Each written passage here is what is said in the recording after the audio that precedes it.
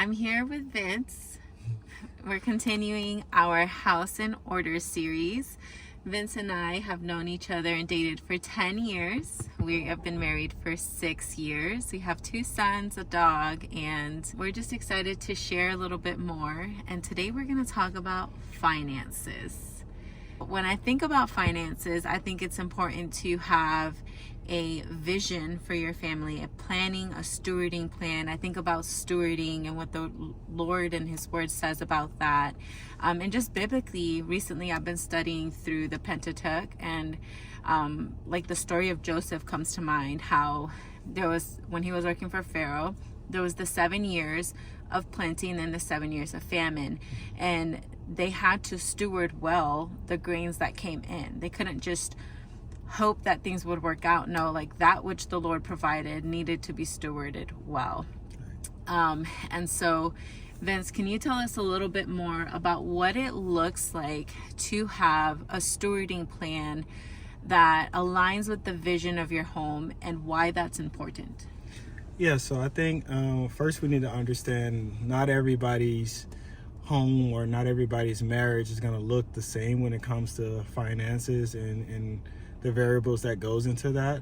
But I think these concepts that I'm going to share can definitely be transcended into each home or each family that's listening to this, each marriage that's listening to this. So I think the biggest thing, it all starts with being open to the conversation of finances. I know a lot of people try to shy away from the talk of having finances and allowing either the wife or the husband to just deal with that. But I think making sure that there's an equal level of conversation going on in the home, because understanding how each spouse upbringing or experiences with finances can definitely help in the sense of when you're planning for the financial aspects of your home. So I think starting with the conversation and opening up and about the experiences that you had, whether it's good or bad, can definitely help with setting the foundation from a financial level. And then the next thing is making sure that as Christians, we're called to steward the finances that God has blessed us with. So just making sure that you guys are stewarding the finances that God has blessed you with well, and making sure that whether it's from a savings perspective, stewarding to your church, stewarding however it may look like for your particular family, just making sure that you guys are being good stewards of the money that God has blessed you with. And then to kind of transition into the much bigger, whether it's a short-term or long-term vision, goals, expectations for your family and what you want that to look like, whether it's you're saving to buy your house or you're saving for your kids' college tuition, which can be a long-term goal.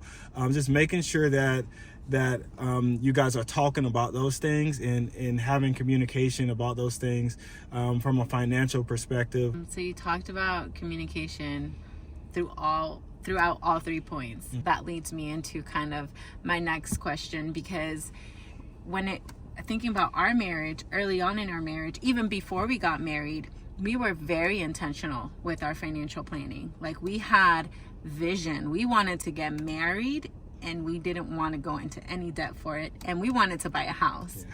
And so like we were zoned in on that, and we, through God's mercy and grace, we were able to do both.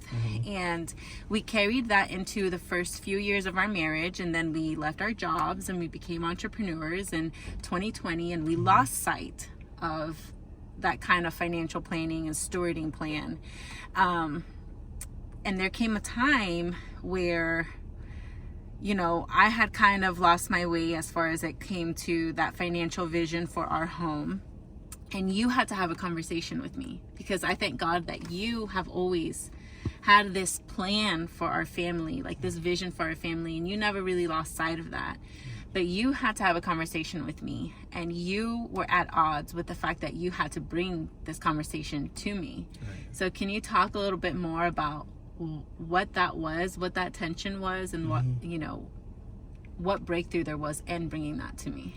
Yeah, so I think in order to draw this picture to the listener's home, I think when earlier in our marriage, we both had corporate jobs where, of course, we were getting paid a steady, consistent paycheck, and we knew what was coming in consistently from a financial income standpoint. So it was easier from a discipline level for us to be good stewards to the income that was coming in.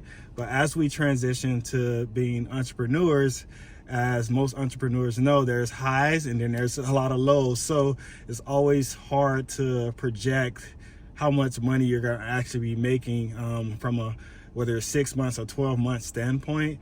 But as new entrepreneurs, we started off as entrepreneurs and we got a lot of highs, and we started getting away. As we got those highs, we started getting away from the key component in discipline. And that kind of took us away from our vision and our goals that we had planned for our family.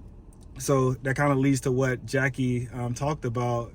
It put us in a bad position where we had to have a talk again and make sure we wheel some of the things back in to get back on track with those things. Can you talk about why it was hard for you to bring that conversation to me to begin with, like as a husband to his wife? Yeah, good question. I think one, to begin with, pride.